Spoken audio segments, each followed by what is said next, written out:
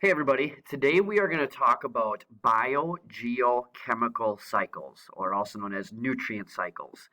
And so one of the things that we talk about with this is our ecosystem ecology.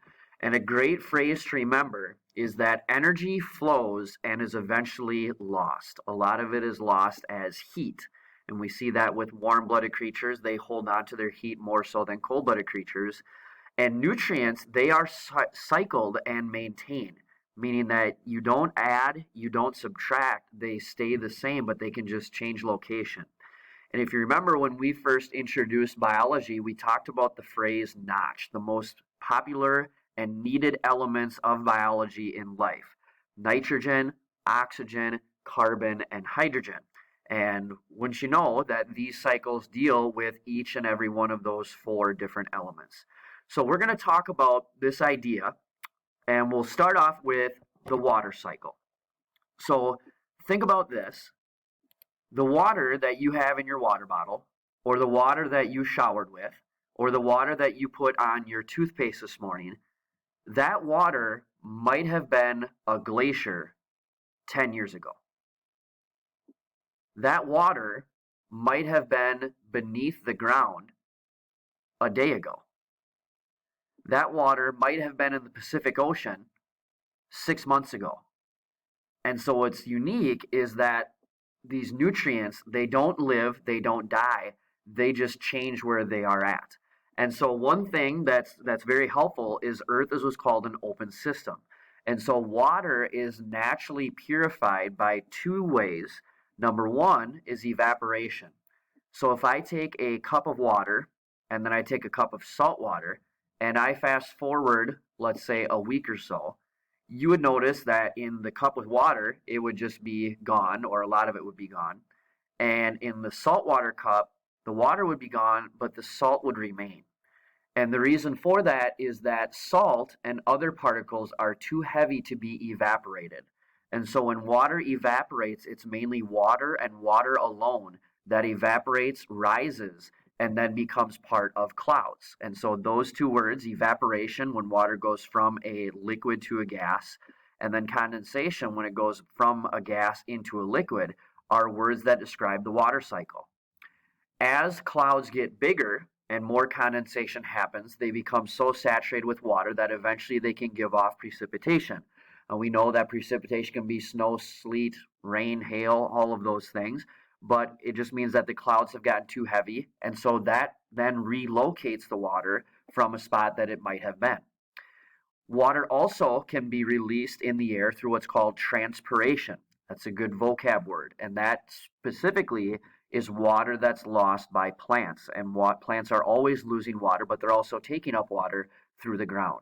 And so once water falls in the form of precipitation, it can be absorbed by plants. It can be into the ground. It's called infiltration. Or it can go all the way through the ground, through the rock, and be naturally purified there. And so with the water cycle, again, the big idea is that it's always changing where it's found. Here's another image to kind of describe the water cycle, as well as some other things in this diagram. But when we look at various locations on Earth, we know that water will sometimes be absorbed more so than others. So let's say a desert doesn't get a lot of rain, it's going to be very, very good at absorbing. If we take, for example, a rainforest, which has moisture basically all the time, it's not going to absorb it as much. And so rainforests contribute to cloud making more so than deserts because there's just more moisture for them. If you've ever seen a time lapse of clouds being formed, it's kind of unique to see, but you can actually see moisture that's adding to that cloud based on the moisture that might be in the plants nearby or maybe near the ocean. And so, again, the big takeaway is that water is just changing location. Yes, it is a part of a living thing, but water itself is not living. And so that's why it's able to change location. There are very many different reservoirs, so big holding tanks of water. So we talked about clouds, but also we could talk about oceans, we could talk about plants. Those are large reservoirs of water that might change location depending on what is taking place. The next cycle I'd like to talk about is the carbon cycle. Now, the thing that's unique about carbon is that carbon can be found in a gaseous form, and it can also be found in a solid form. So let's stick with that word, reservoirs of carbon that we have on Earth would be, again, our atmosphere with CO2, but also a little carbon monoxide. A big reservoir would also be in rock. When we talk about fossil fuels, so fossils are just that. They are remains of creatures that once lived. Well, one of the main elements that makes up all of life, or did make up all of life, is carbon. So what we are actually doing is, when we are getting fossil fuels like coal, oil, gas, is we are burning the remains of creatures that lived millions of years ago. And when we burn those remains, one of the gases, the main gas that's given off, is CO2. Well, that carbon that's released in that gas, we're burning that with tissues that used to be carbohydrates, that used to be lipids, that used to be proteins, and we're returning that carbon back into the atmosphere. So we talk a lot about the carbon cycle, and we will with the greenhouse effect and the idea of global warming, but we also got to understand that we talk about carbon dioxide and oxygen exchange with gases. So plants breathe out oxygen, which animals take in. We breathe out CO2, which plants take in. So there's a nice linked process there. We can also talk about the carbon cycle with it in tissues. So as we just mentioned, carbohydrates, lipids, proteins, they make up a lot of our tissues in our body. When we die, a lot of those nutrients are returned back into the soil. So when you look at the diagram and it says decay or soil and organic matter, that helps with basically the maintaining of nutrients in soil. We can take a look at a more simplified version of the carbon cycle and take a look at, so we see the atmospheric CO2 up there with things like respiration, that's the breathing out by plants, with the burning of things as well as volcanic eruptions. But also we know that things are taking in CO2, and that is able to strike at least somewhat of a balance, but we know that humans have a big influence, as we'll talk about later. When we talk about the solid form of carbon, we can talk about those that are found in the ocean. We can talk about those that are found in rocks. We mentioned the fossil fuels. But also, every time that we release waste, some of that nutrient in the form of carbon is being returned to the soil. And then also, as we mentioned, when we pass away, we're also returning some of that carbon back into the soil.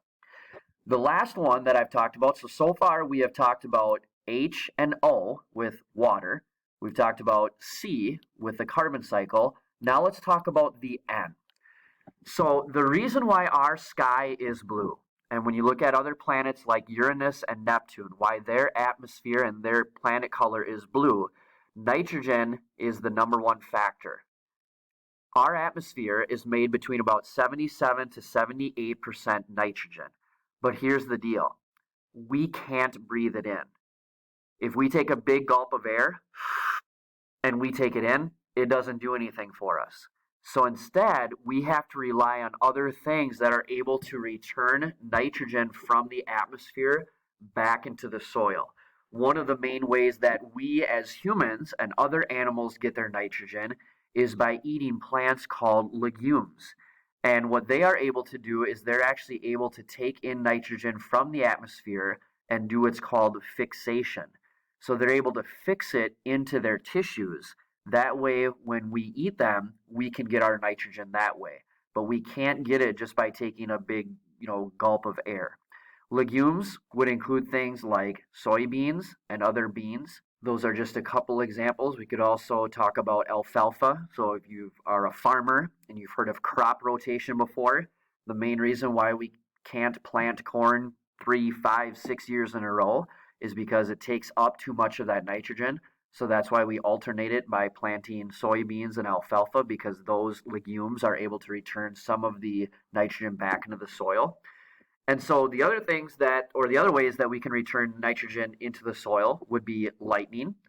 We could also have some bacteria that are actually able to fix it, so take in that atmospheric form and then put it into tissues. And then also fertilizer that we can get and create can be returned back into the soil. So nitrogen, although very, very plentiful in the atmosphere, is a little bit tricky because we have to have creatures that are able to take it from the atmosphere and put it into our soil. So that concludes our discussion today. Our topic was on biogeochemical cycles. And the reason why it's called that, bio, life, geo, land, chemicals. And remember, the big phrase is that these things are cycling. They're not lost, they're not gained, they are just changing locations. And that's different than energy, which is flowing in and constantly being added because of our sun, but can be lost in an ecosystem. Have a great day.